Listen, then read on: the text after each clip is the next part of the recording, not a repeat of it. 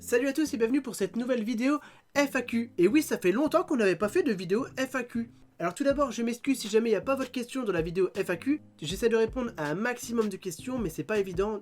Voilà, je pourrais pas faire passer tout le monde malheureusement. Et donc cette vidéo sera en deux parties. Il y aura d'abord une vidéo FAQ sur moi, sur ma chaîne YouTube. Et ensuite, il y aura une partie sur le magasin que je vais ouvrir, sur la boutique manga que je vais faire plus tard, voilà. On passe du coup à la première question. Pourrais-tu nous partager le lien de ton manga collect, s'il te plaît ? Oui, bien sûr, pas de problème. Je vais mettre le lien de ma manga collect dans la description et peut-être épinglé en commentaire, tout simplement. Donc n'hésitez pas à aller voir. J'aimerais vraiment passer, mais je ne passerai pas. Non, malheureusement, je suis désolé. Vas-tu faire un vlog chez Manga de Case ? Oui, ça pourrait être sympathique, donc je pense que je vais en faire un. Vas-tu faire un vlog chez Manga de Case ? Oui, ça peut être sympathique. Vas-tu faire un vlog chez Manga de Case ?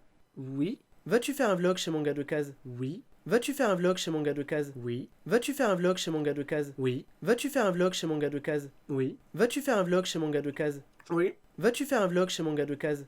Oui. Vas-tu faire un vlog chez Manga de Case ? Oui. Vas-tu faire un vlog chez Manga de... Je m'arrêtais là, mais la question était énormément dans les commentaires. Si tu pouvais te constituer une bande de potes de max 10 personnages de manga ou animés, tel Luffy constituant son équipage, qui choisirais-tu ? Oh, elle est incroyable cette question.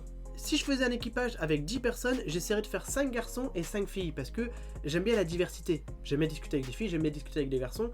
Donc, je prendrais 5 coups de Dr Stone, parce que niveau science, niveau technologie, c'est vraiment le mec le plus important à avoir. Pour mon équipage, j'aurais Lisa Hawkeye de Fullmetal Alchemist en snipeuse, tout simplement. En cas de survie, j'aurais Amaya de Jeu d'enfant, complètement taré, j'adore ce personnage. Pareil pour les combats, je pense que je vais prendre Carla de Kengan Ashura. Complètement tarée, ultra forte, vraiment j'adore ce personnage également. Pour l'humour et garder des valeurs dans l'équipage, et en même temps parce qu'il est fort, Onizuka de GTO. Je prendrai également Shai du manga Shai, voilà, parce que j'aime bien les filles timides. Pour s'amuser, parce qu'il faut de la bonne humeur dans un équipage, j'aurai Akira de Bucket List of the Dead. Pour la stratégie, Karyoten de Kingdom. Vraiment, niveau stratégie, on sera tranquille, ce sera la plus forte. Pour jouer à Duel de monstres à Yu-Gi-Oh! Je prendrai Joey Wheeler, parce qu'il est très fort, mais qu'il est pas très fort non plus, tu vois, il y a moins de gagner. Je peux pas prendre Yugi pour jouer, parce que sinon il gagnerait tout le temps, ce serait chiant. Et en dernière fille, je prendrai Fenris de Chilling Life in a Different World. Très mignonne, très gentille, mais également très forte. Voilà, j'aurai vraiment un équipage invincible, sur tous les domaines, et en plus avec de la bonne humeur. Et pour vous d'ailleurs, dans les commentaires, n'hésitez pas, ça peut être très intéressant, quel serait votre équipage avec 10 personnages de 10 œuvres différentes? J'adore cette question, en vrai, elle est trop bien. Quels sont tes jeux vidéo préférés? PS, j'adore tes vidéos. Alors merci beaucoup, et mes jeux vidéo préférés c'est toute la saga Resident Evil, Silent Hill, j'adore tout ce qui est Death Stranding, Last of Us, Apocalypse Survival Horror, voilà. Pourquoi as-tu commencé YouTube et comment te vois-tu dans 5 ans? J'ai commencé YouTube parce qu'à la base je suis dyslexique ortholexique et que j'ai des problèmes de respiration. Ça se voit pas avec le montage, mais je galère à parler. Heureusement grâce à YouTube je me suis beaucoup amélioré personnellement. C'est pas encore totalement ça, parce que je galère encore. Et dans 5 ans, je me vois un peu plus sur Twitch que YouTube. J'aimerais rester sur YouTube, mais clairement, c'est compliqué d'en vivre. Et je peux pas rester indéfiniment sur YouTube alors que je peux pas en vivre. Comment as-tu pu acheter autant de mangas? Alors je sais que les gens se disent souvent, il a plein de mangas, il est riche. Pas du tout, c'est juste que ça fait presque 15 ans que je lis des mangas, donc 15 ans que j'achète des mangas petit à petit, et c'est juste un budget en fait. Au lieu d'acheter des jeux vidéo, au lieu d'acheter des bonbons ou des choses comme ça, j'achète des mangas. Est-ce que tu collectionnes autre chose que des mangas? Je collectionne tout ce qui est Resident Evil, Silent Hill, les Rubik's Cube, mais je crois que c'est déjà pas mal. Quels sont tes mangas préférés de 2021? Tout simplement, je t'invite à aller voir mon top 10 des mangas de 2021. T'as lu combien de mangas? Je pourrais pas te dire précisément combien de mangas j'ai lu. Je sais que j'ai 2500 mangas maintenant, on a enfin atteint la barre des 2500, donc j'ai dû lire 2250, 2300 mangas peut-être. Si tu devais vivre dans un univers de mangas, lequel serait-il? Vu que j'adore tout ce qui est post-apocalyptique ou alors survival game horror, je dirais soit Alice in Borderland, pour déjà l'univers et également le côté survie, soit Dr Stone. Alors clairement j'aurais pas le même niveau de science, mais j'adore l'idée de créer son camp, d'essayer de recréer la technologie. Salut Jérôme, quand est-ce que tu continues Hunter x Hunter? Et sinon, à quand JDMP saison 2? Hunter x Hunter je vais continuer l'année prochaine, et JDMP saison 2 en fait, tout simplement j'ai un problème de son. Tout l'épisode 11 est filmé, mais j'ai un très gros problème de son que j'ai pas corrigé depuis 2 ans. Je vais le faire, prochainement je vais le faire parce que j'ai envie que la suite sorte.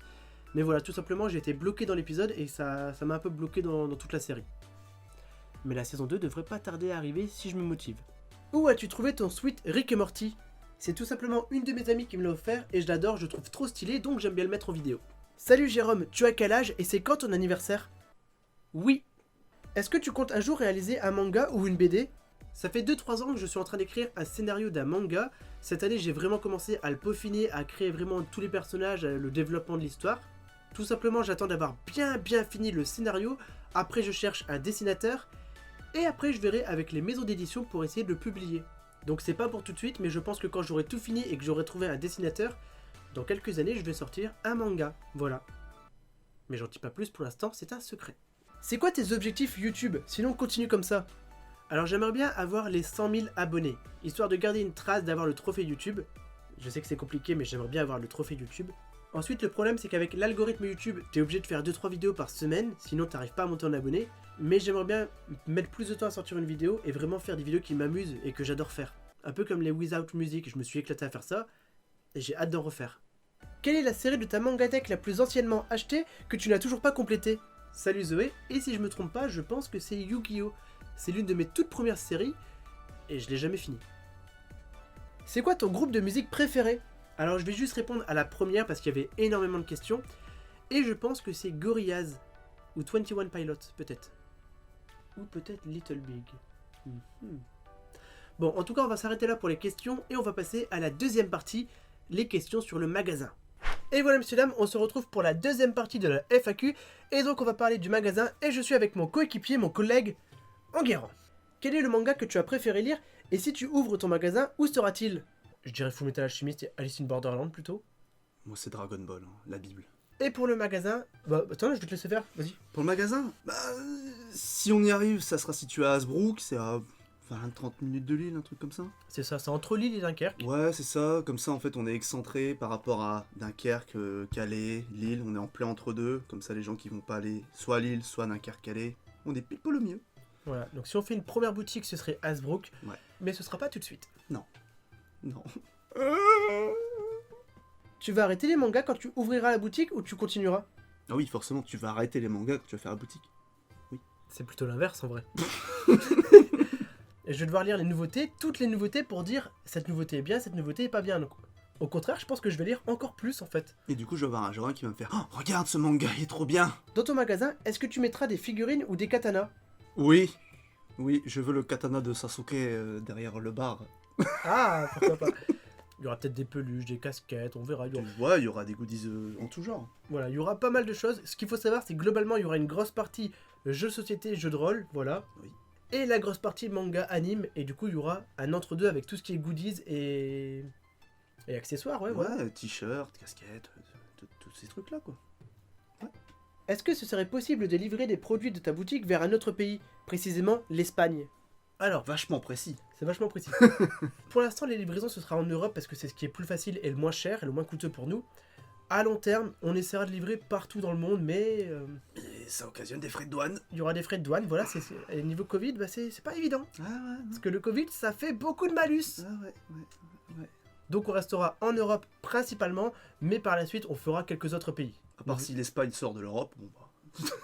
Vas-tu faire un site pour ton magasin et si oui, vas-tu faire de la livraison? Vu qu'on a beaucoup de soucis avec le magasin, on va expliquer après le pourquoi du comment. Pour l'instant, on va peut-être ouvrir d'abord un site internet. On va sûrement 2022-2023 ouvrir une boutique en ligne pour commencer. Et après, une fois qu'on sera un petit peu plus installé, on pourra enfin retrouver un local parce qu'on a pas beaucoup... Bon, on a plus de local en fait. a perdu notre local. Deuxième tristesse. Quels sont tes projets pour l'année prochaine? Et sinon, par rapport au magasin, le projet est abandonné ou tu vas l'ouvrir quand même? Tu peux nous dire où en est le projet pour le magasin? Alors déjà, il faut savoir que le projet a eu énormément de soucis. C'est comme on avait prévu, hein. Au début c'était tout beau tout rose, on avait le local, les financements, etc. On n'avait plus qu'à passer aux banques, les formations. Covid, merci Covid.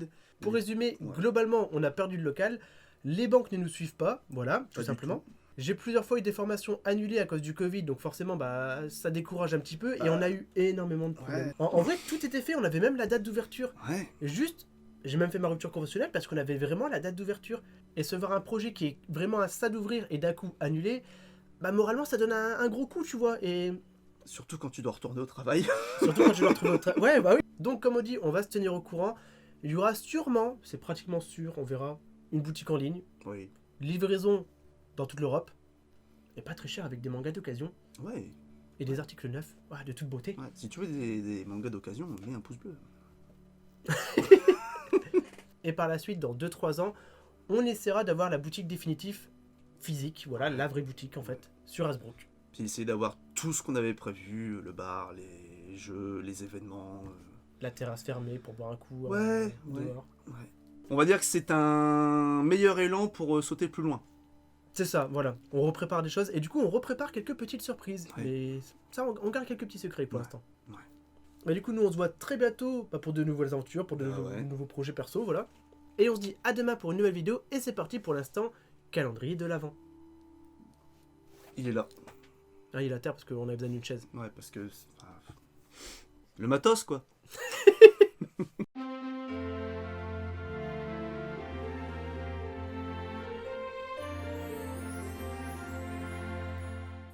Et voilà, messieurs, dames, on va pouvoir passer à l'instant calendrier de l'Avent. On est aujourd'hui le 22 décembre et donc on va ouvrir la case numéro 22. Ah, curieux. Et donc le manga de la case numéro 22, c'est Miss Fantasme de Yukino Seo. Donc je vais lire ça tout de suite, comme d'habitude, et on en parle juste après.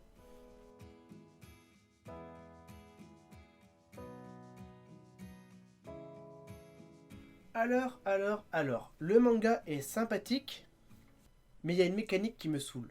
Je vous explique. L'histoire, c'est simplement l'histoire d'une jeune fille qui est vierge, qui n'a jamais eu vraiment de copain, et donc qui passe son temps à fantasmer. Dès qu'elle voit un garçon, elle s'imagine une folle aventure coquine, et régulièrement, du coup, elle revient à la réalité en mode il s'est rien passé. C'est-à-dire qu'à chaque fois qu'elle va voir un garçon, on va partir dans son délire, on va partir loin avec des bisous, des câlins, et vraiment de plus en plus loin.